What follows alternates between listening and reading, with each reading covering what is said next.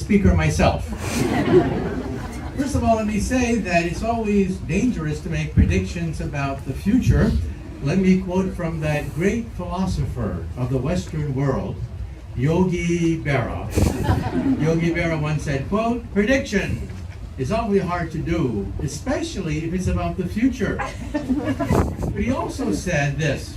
He said, on the road to the future, if you encounter a fork in the road, then be sure to take it. Well, that's what we're going to do today, because I've had the privilege of interviewing over 300 of the world's top scientists about the future of the space program. 300 of the world's top scientists. And each time I interview them, I ask them the question of all questions. The question that has haunted theologians and philosophers for centuries.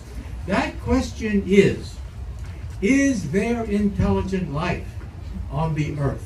Probably not. No intelligent life on this planet, right? So today we are going to talk about the exploration of the universe. And we're going to talk about it scientifically. Now, some people ask me a simple question, and that is, what is the difference between a physicist and a chemist? American scientists that were captured by the Nazis. And they were about to be executed as being spies for the Allies. So they put the geologist on the firing squad. And they asked him, do you have any last words? And the geologist all of a sudden blurted out, earthquake, earthquake. Well, everyone scattered, thinking, oh my God, earthquake, buildings are going to fall. And in the chaos, the geologist snuck away. Then it was the physicist's turn. They put the physicist on the firing block and they asked him, do you have any last words? And the physicist shouted out, lightning, lightning. Well, everyone scattered. Lightning bolts everywhere, they thought, and the physicist snuck out. Then it was the chemist's turn. They put the chemist on the firing squad, and they asked him, do you have any last words? And the chemist said, fire, fire, fire. No, wrong science. Well, today we are going to talk about a new era in the space program. Now, just a few weeks ago, you probably saw it on TV, a rocket was sent into space, the Falcon Heavy. Thousands of people lined up the streets of Cape Canaveral to watch this historic launch. Millions of people caught it on the internet.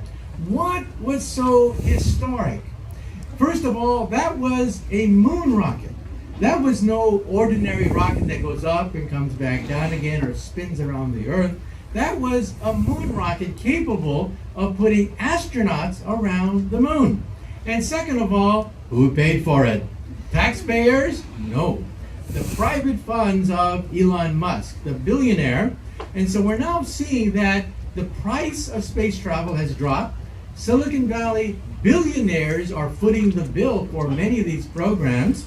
And we're witnessing a new era of space exploration.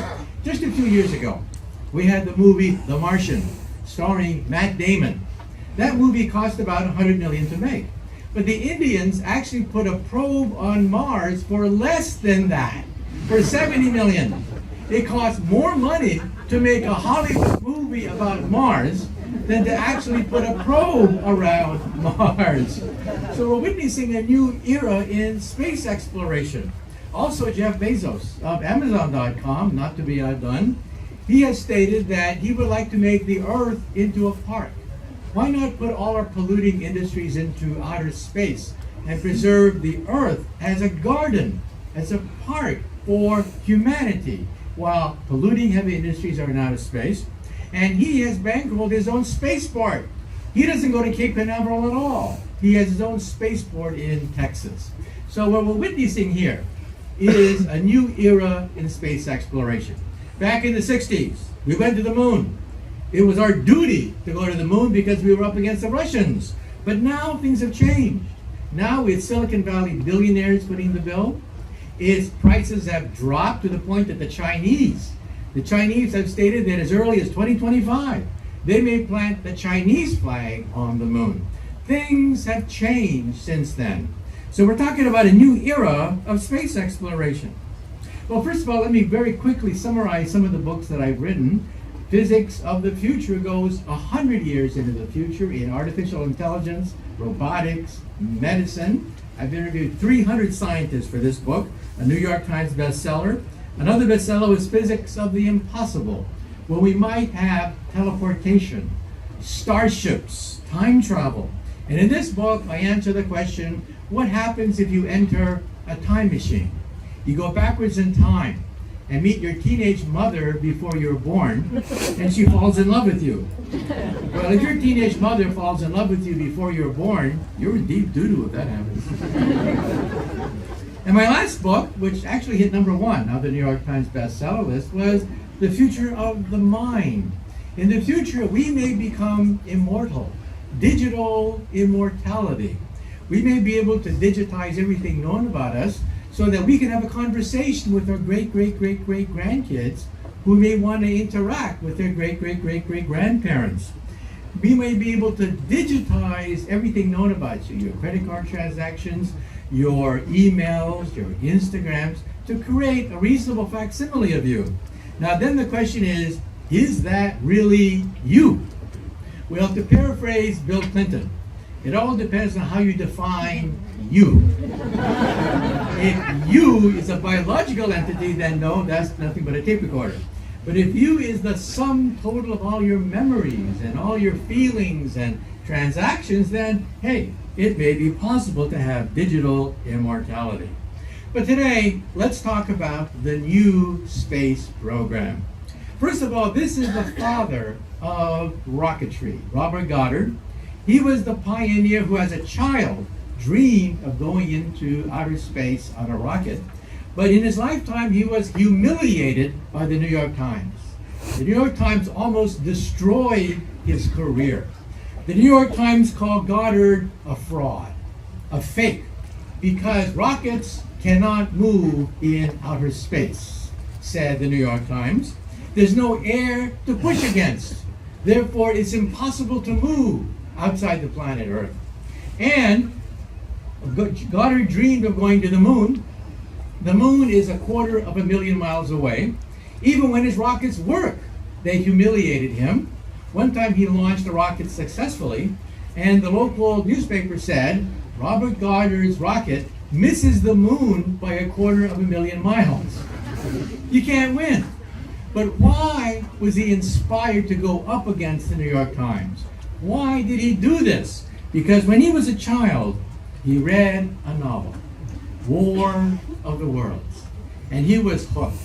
All of a sudden he realized that perhaps Mars could be our destiny. Perhaps one day rockets will go to Mars.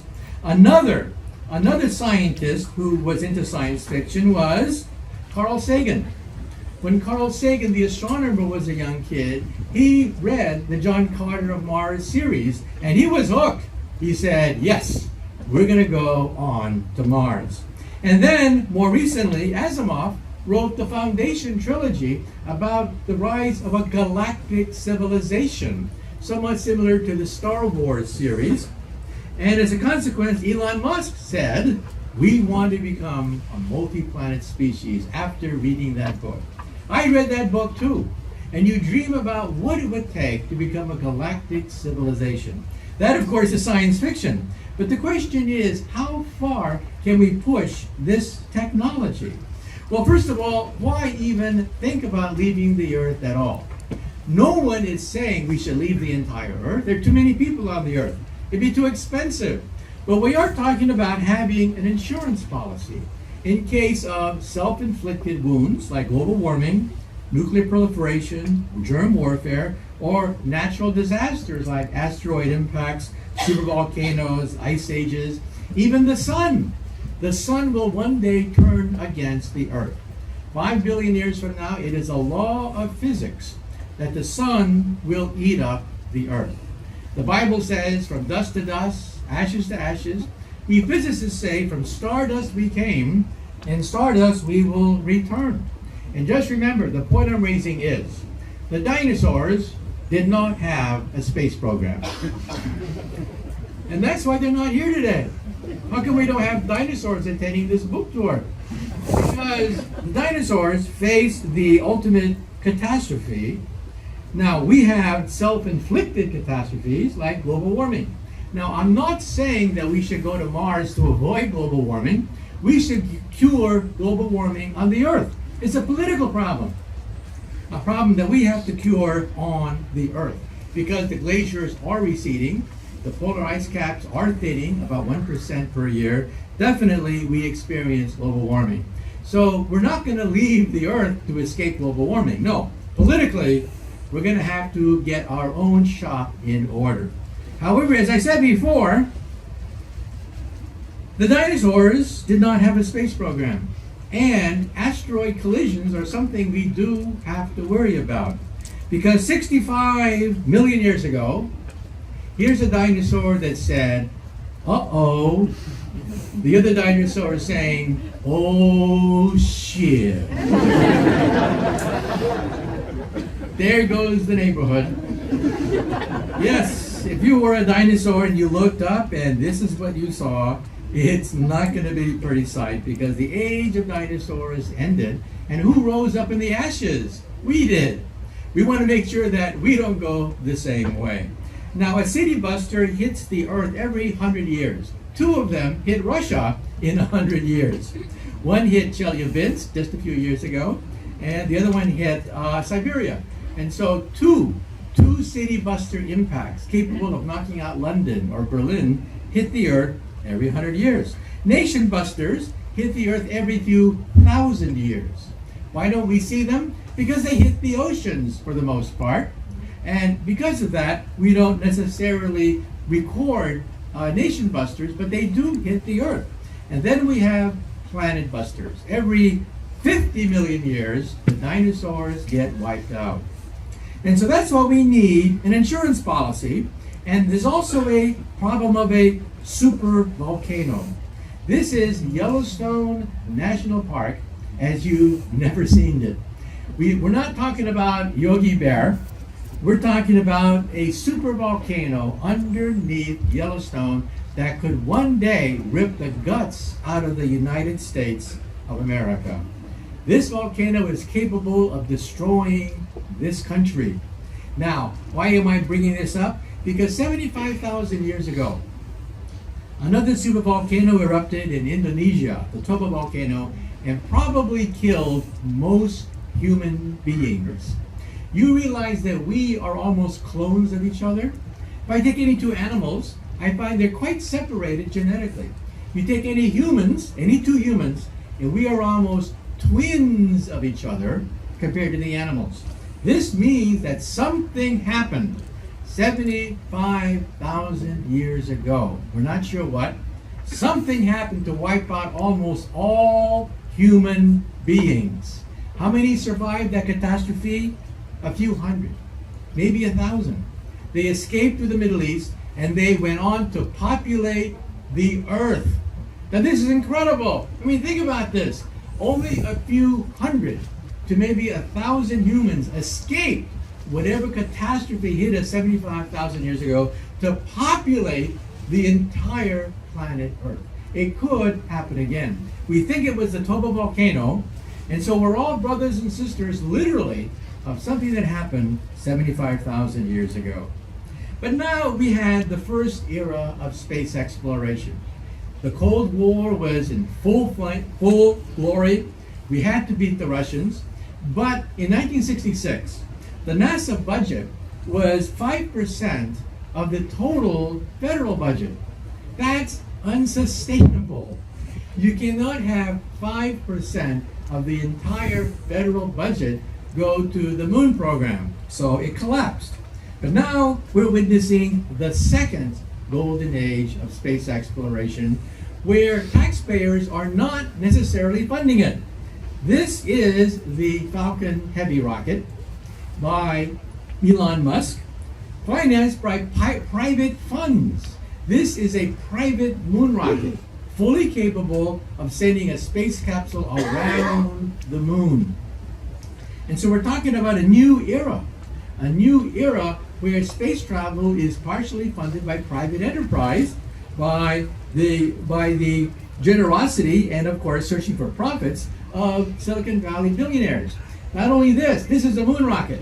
He wants to build an even bigger one to go to Mars. The next bigger rocket is called the BFR. The BFR, a gigantic rocket. B stands for big, R stands for rocket, and I'm not going to tell you what the F stands for, because this is a family show. But NASA, not to be outdone, is proposing its moon rocket. Can you imagine that? 2 moon rockets? We have 2 rockets fully capable of sending 4 astronauts around the moon. This is the SLS booster rocket, and NASA even has a timetable. The president announced in December a timetable. Well, he announced that we are going to go to the moon, go to Mars, and here's the timetable.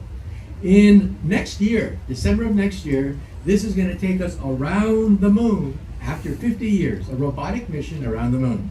2023, humans will board the SLS and go around the moon. 2026, we're going to build a lunar orbiter. We're going to build a satellite that will orbit around the moon, giving us a permanent presence on the moon. By 2030, it's going to be onto Mars. And some people are saying that by that time, we may have space tourism on the moon. Maybe you'll get married on the moon. Maybe you'll vacation on the moon. Going to the moon only takes 3 days. 3 days to go to the moon. You can go to the moon on Monday and literally come back by Friday. So who would have thought? Who would have thought in the 1960s that we would have a traffic jam of rockets in outer space? Who would have thought that a Hollywood movie would cost more than a Mars mission? Who would have thought that we have not 1 but 2 booster rockets that can take us to the moon? How many of you would have thought that one of them is free, sponsored by SpaceX? This means we're entering a new era in space travel. Think of the old image. The old image we have is that it's very dangerous, very costly, but it's national pride. Those days are different now, as you can see here. And Mars, let's face it, Mars is a challenge. Mars is a frozen desert. It's frozen, but we hope to unfreeze it with time. First of all, landing on Mars, it would take a year, 9 months to reach Mars, and then a few months to do scientific experiments. But we can use what's already on Mars. Lava tubes are caves.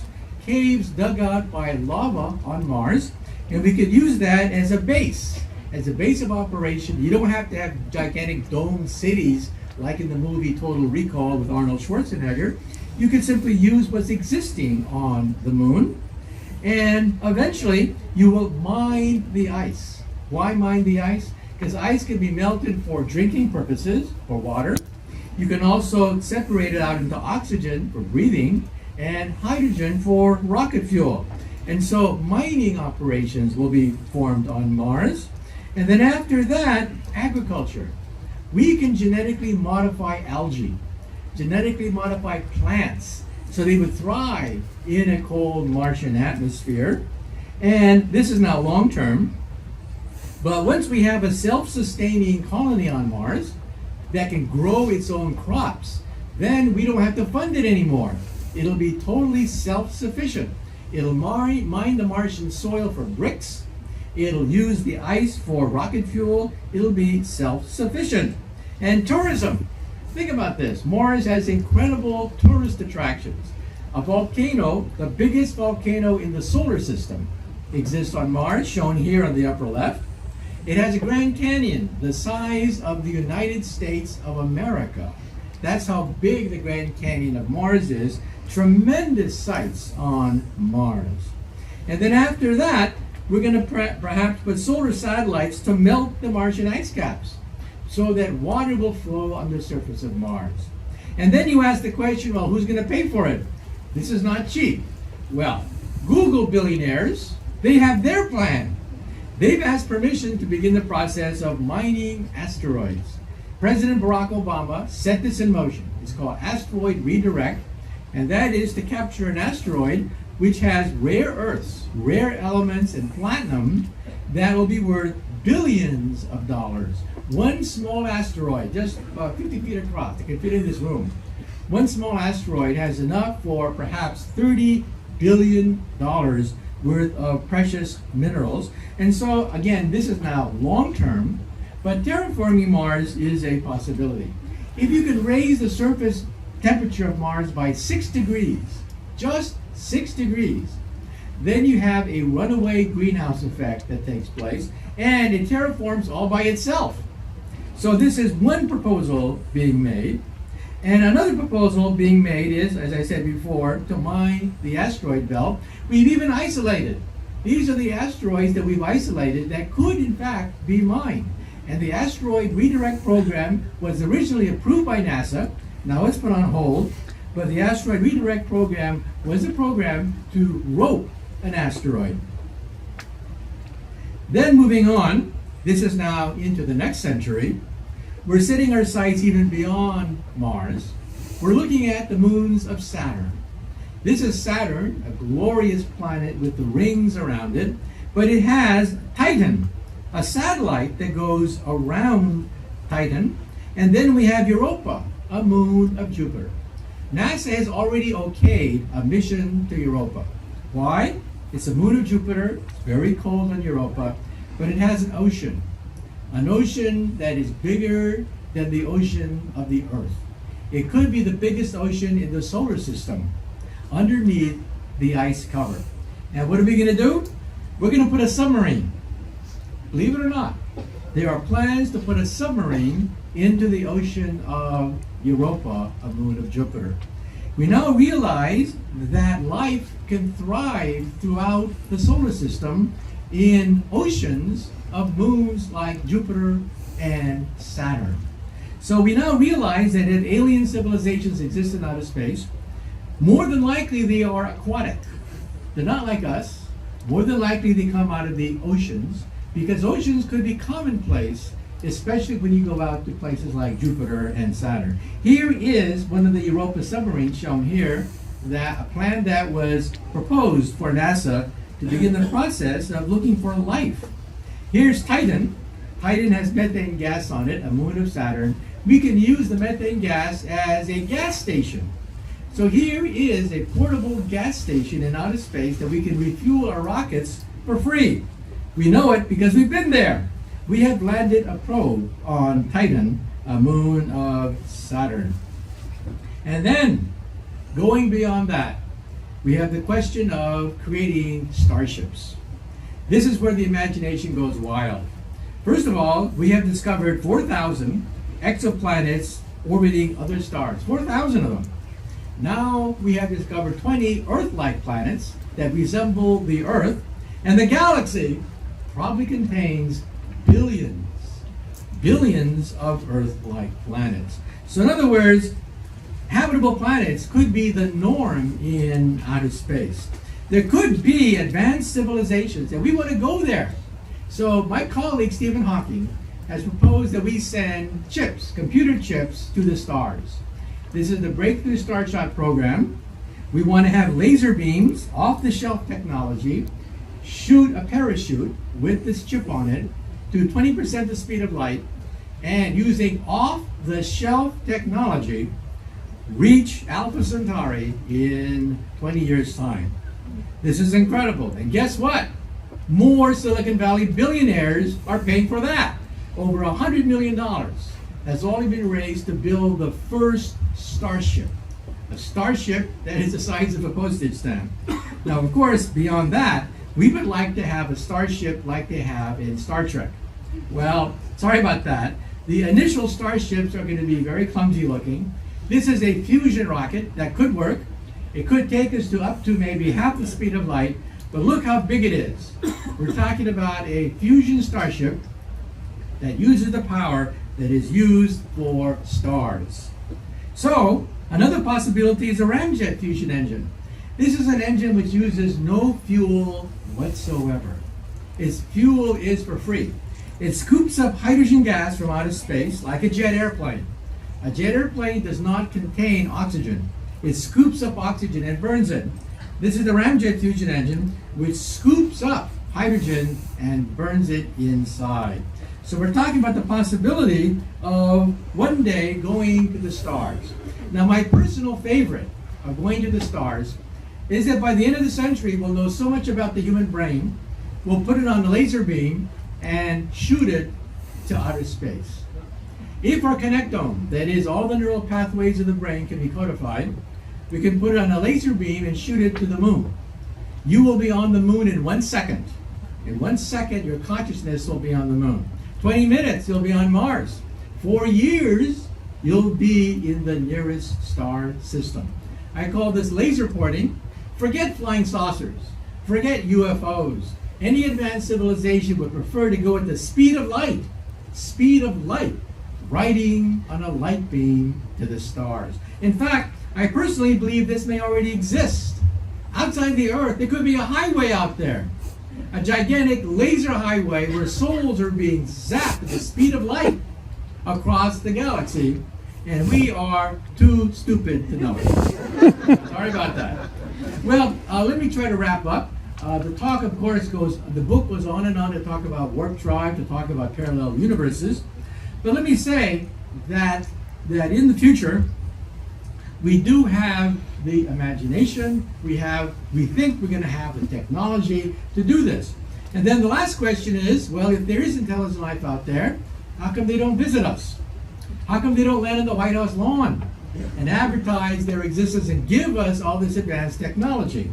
Well, the next time you're in a forest and you see a squirrel, do you go down to those squirrels and say, I bring you trinkets, I bring you beads, I give you nuclear energy, take me to your squirrel queen, take me to your leader? Is that what you say? Well, maybe you do this when you go to the forest, but eventually you get bored because the squirrels don't talk back to you. So maybe that's the way it is with alien life. Maybe we're simply not interesting to them to want to visit us. And also, given the fact that many people claim that they've already been in outer space, they've already been abducted by aliens in outer space, what word of advice can I give you? If you have been abducted by aliens from outer space, for God's sake, next time, steal something. I don't care what it is, a pencil, a chip, an alien piece of hardware, steal something. So you have something to boast about when you get back to the planet Earth. And so one last thing, we'll take a few questions, and then I'll sign books, and then you can go to eBay and auction them off for money. That's right, after today's talk, you can make some money. Okay? So